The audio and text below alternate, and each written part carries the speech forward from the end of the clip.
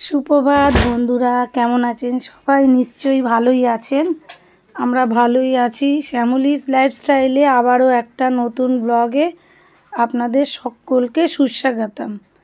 এই যে আমি চলে এসেছি আমার বাগানে। পদ্ম ফুলটা দেখেছেন কি সুন্দর হয়েছে। আর এই যে লঙ্কা গাছে এসেছি লঙ্কা তুলতে। অত জানি না যে এত লঙ্কা হয়েছে, যাক মোটামুটি অনেক কটাই লঙ্কা হয়েছে। আর কিছু লঙ্কা আছে ছোট ছোট। তো আমার যেগুলো দেখলাম একটু লালচে লালচে হয়ে গেছে সেগুলো তুলে ফেললাম। অ্যাকচুয়ালি আমি জানি না এতগুলো লঙ্কা হয়েছে। হঠাৎ দেখছি যে এরকম লঙ্কাগুলো চোখে পড়লো, আরে এতগুলো লঙ্কা দেখে অবাক হয়ে গেছি। যাই হোক, এই গাছটাতেই প্রথমেই লঙ্কা হলো।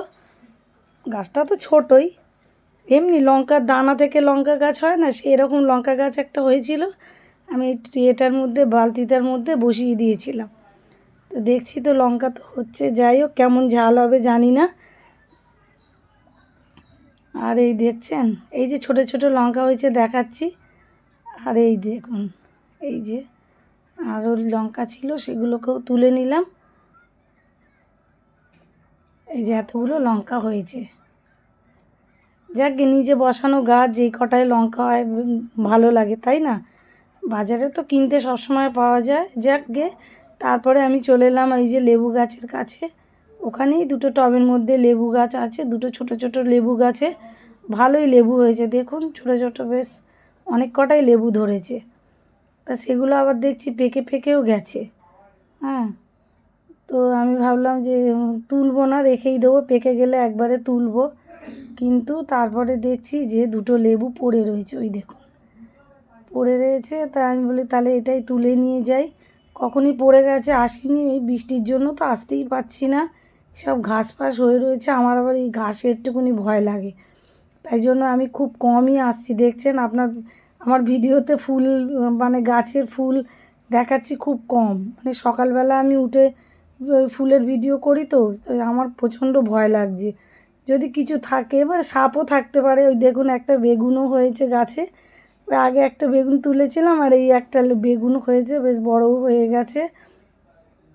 তা চলুন যাই রান্নাঘরে।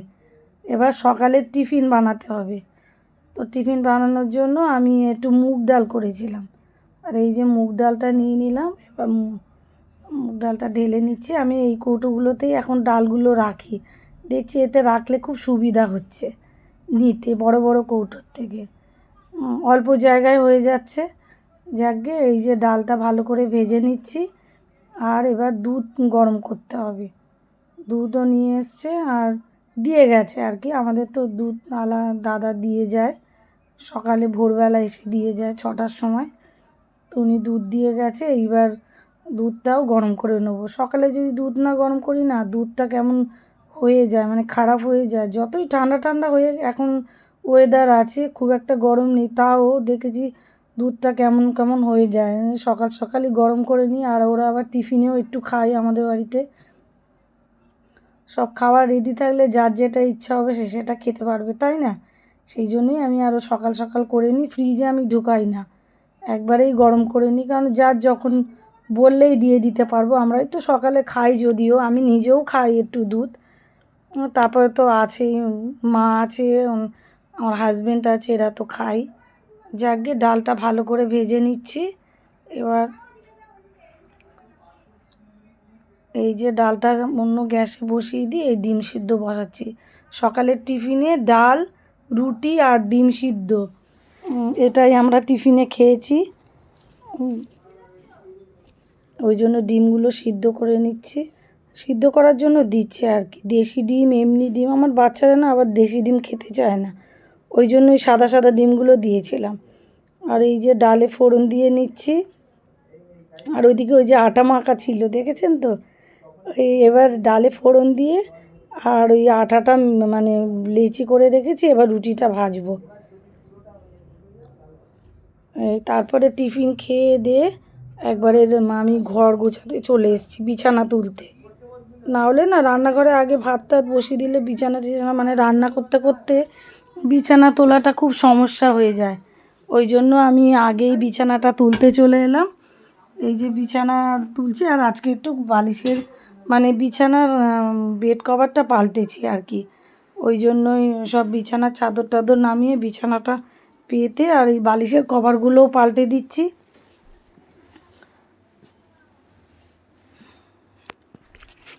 বিছানা একটু পরিপাটি না থাকলে ভালো লাগে না, দেখবেন বিছানাটা অনেকটাই ঘরে সৌন্দর্য রক্ষা করে। মানে বিছানাটা সুন্দর টান টান করে গুছিয়ে রাখলে ঘরের রূপটাই আলাদা হয়ে যায়, দেখবেন ঘরের মধ্যে বিছানাটা খুবই মানে একটা স্পেশাল জিনিস, কিন্তু এটাকে ভালো করে গুছিয়ে রাখলে যেমন তেমনই ঘর হোক, দেখবেন ঘরটা খুবই ভালো লাগে।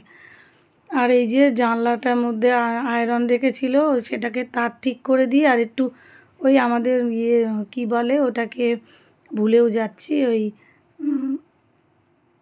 ধূপ, ওখানে ধূপ দেয়, হ্যাঁ সকালে পুজো দেয় যখন, এই ঘরের ধূপটা ওখানেই দেওয়া হয়। সেই ধূপের ছাইগুলো তো পড়েছে, ওইগুলো এই জন্য মুছে নিচ্ছি। আর এই যে আমার ঘর গোছানো পুরোপুরি কমপ্লিট, ব্যাস ঘর গুছানো হয়ে গেছে। এবার আবার রান্নাঘরে না, আমি একটু ছাদে চলে এলাম। ছাদে এসে এই যে আমার ছোটো ছেলেও আমার সাথে চলে এসছে, প্রচুর পরিমাণে বৃষ্টি এসছে, তো আমি দেখতে গেছিলাম ছাদে যে দেখি কতটা জল ঢুকছে। অ্যাকচুয়ালি আমাদের একটুকুনি ওই উপরে শেডের কাজ হয়েছিল, তো কতটা ঘেরার পর জল টল কম আসছে না বেশি আসছে সেটা দেখার জন্য গেছিলাম। তো দেখুন প্রচণ্ড পরিমাণে বৃষ্টি হচ্ছিল, আর এই যে এখানেও পড়ছে এই যে টুপটুপ করে, ভালোই জোরে বৃষ্টি হচ্ছিল, যদিও আমি একটু বৃষ্টিটা কমতে তারপরেই গেছি। তো এই দেখুন জলে জল, আর আমার ছেলে এই যে খেলা শুরু করে দিয়েছে একটু জল নিয়ে। বাচ্চারা এটা আর কি করবে বলুন। যাকগে চলুন ঘরের নিচে চলে যাই, আবার রান্না বসাতে তো হবে, অনেক দেরিও হয়ে যাচ্ছে। এই চলে এসেছি রান্নাঘরে। এই যে কি নিয়ে এসছে দেখুন, মাংস নিয়ে এসছে, আর নিয়ে এসছে হচ্ছে ইলিশ মাছ, এক গাদা ইলিশ মাছ নিয়ে এসছে। তো এগুলোকে এবার পরিষ্কার করতে বাছতে হবে, মানে আঁশ ছাড়াতে হবে, ধুতে হবে, তারপরে ওগুলো করে নিয়ে আমি মাংসটা ধুয়ে নিয়ে এই মাংস ম্যারিনেট করতে চলে এসেছি। গুঁড়ো লঙ্কা দিলাম, তেল দিলাম, হলুদ দিলাম, এবার লবণ দেব, দিয়ে এবার ভালো করে মেখে আর এটা চাপা দিয়ে রেখে দেব, দিয়ে তারপরে মাংসের আর কি কাটাকুটিটা করব। আমি একা হাতেই তো করি, মানে একা হাতে মানে আমাদের বাড়িতে আর সাহায্য করার কে আছে বলুন, বাচ্চা তো দুটো ছেলে, আর হাজব্যান্ড তো বেরোবে নাকি আমার করবে। যাই হোক আমি একাই করতে থাকি, তো তাই জন্য কী করি ওই কাটতে থাকি আর রান্না করি।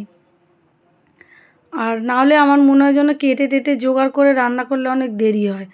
এই আলুটা কেটে নিয়ে এবার ওদিকে কড়াটাও বসিয়ে দিয়েছি,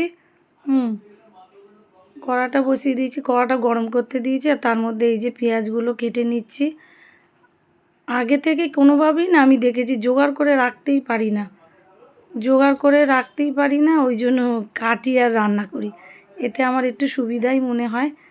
যাই হোক তাড়াহুড়ো করতে গিয়ে দেখুন না আমার হাত থেকে সব পড়ে যাচ্ছে। অ্যাকচুয়ালি মানে মাংসটা বসাতে হবে, অনেকটা টাইমও লাগবে, একটু দেরিও হয়েছে, তো সেই কারণেই। আর এই যে আমার আবার একটু হাতটা ধুয়ে নিই, নাহলে সব হয়ে যাবে আর কি, পেঁয়াজের ছোঁয়াটা হয়ে যাবে তেলটা, ওই জন্যই আর কি হাতটা ধুয়ে তেলটা দিয়ে দিলাম, আবার পেঁয়াজ কাটছি। হ্যাঁ এবার দেখছি তেলটা গরম হয়ে গেলে আর আলুটা দিয়ে দেবো আর কি, সেই জন্য ভাবলাম দাঁড়িয়ে না থেকে পেঁয়াজটা কাটতে থাকি। এই যে কাটা হয়ে গেছে পেঁয়াজটা, এই কাটছি আর কি, এখনও তেলটা গরম হয়নি, সেই কারণেই আর কি। যাই হোক আপনারা সবাই ভালো থাকবেন আর সুস্থ থাকবেন, হ্যাঁ, আর আমার ভিডিওটা শেয়ার করে দেবেন আর সাবস্ক্রাইব করবেন। আর এই যে আলুটা দিয়ে দিলাম, আলু ভাজার জন্য আলুটা দিয়ে দিলাম, আর আলু ভাজাও হয়ে গেছে, কত চটজলদি মনে হচ্ছে দেখুন দিলাম আর হয়ে গেল, আসলেও কতটা যে স্পিডে করিয়েছি, মানে ইয়েটা ঘুরিয়ে স্পিডে দিয়ে এটা করেছি কেটে কুটে, তাই জন্য মনে হচ্ছে যেমন আলু দিলাম আর আলু ভাজলাম। যাই হোক পেঁয়াজটা দিয়ে দিলাম, আর এদিকে আপনার মাছও কিছুটা ধুয়ে নিয়েছিলাম, আর এদিকে মাছ ভাজতে দিয়ে দিচ্ছি। ইলিশ মাছটা তো ভাজা করেছি, তো তার জন্য মাছটা এই যে দিয়ে দিলাম তেলের মধ্যে, আর এদিকে আপনার মাংসটাও পেঁয়াজটা খুব ভাজতে দিয়ে দিয়েছি। হ্যাঁ, মানে কি বলুন তো, একসঙ্গে না রান্না করলে না আমার মনে হয় যেন অনেক দেরি হয়ে যাচ্ছে। আমি যখনই বসাই মোটামুটি একসাথেই বসাই। আর ভাতটাও দেখেছি আগে বসিয়ে দিয়ে চলে গিয়ে অন্য কাজ করতে গেলে না এত ফ্যান ট্যান পড়ে নোংরা হয়ে যায়, যার জন্য আমি আর বসাই না। আমি ওই মাঝখানের ওটা তো ছোটো, আমার খুবই ছোট গ্যাসের ইয়েটা আর কি, তো আস্তে আস্তে ভাতটাও হয়ে যায়, অতটা ফ্যান ট্যান পড়ে না। আর এই যে পেঁয়াজটা এদিকে ভাজা হয়ে গেছে, আদা রসুন সব দিয়ে দিয়েছি, দিয়ে কষে নিয়েছি। আর এবার এই মাংসটাও দিয়ে দিলাম, এবার মাংসটা কষার জন্য দিয়ে দিলাম। আর এদিকে তো মাছটা ভাজাই হচ্ছে। যাই হোক, আপনারা নিশ্চয়ই আমার অচেনা মানুষ, আপনারা অনেকেই, তো অনেকেই আবার আমার চেনাও আছেন। তাদের সবাইকে ধন্যবাদ আমার ভিডিওটা দেখার জন্য। আপনাদের এই মূল্যবান সময়টা যে আমার ভিডিও দেখার জন্য মানে সময়টা নষ্ট করছেন, তার জন্য অশেষ ধন্যবাদ।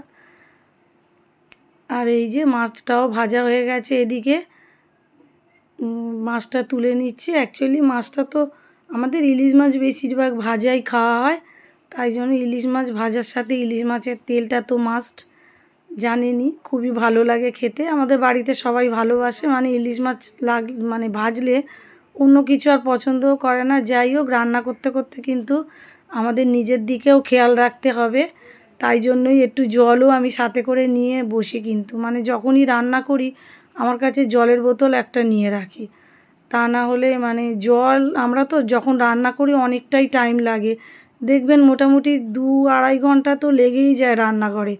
তো সেই সময়টা মোটামুটি 1-1.5 লিটার জল যদি না খাই তো অনেকটাই জল কম খাওয়া হয়ে যায়। ওই জন্যই আমি কি করি, জলটা আর কি নিয়েই রান্নাঘরে বসি। মাঝে মাঝেই রান্না করতে করতে জলটা আর কি শেষ করি। আমাদের তো এত কাজ করলে হবে না, নিজেদের দিকেও খেয়াল রাখতে হবে, তাই না বলুন?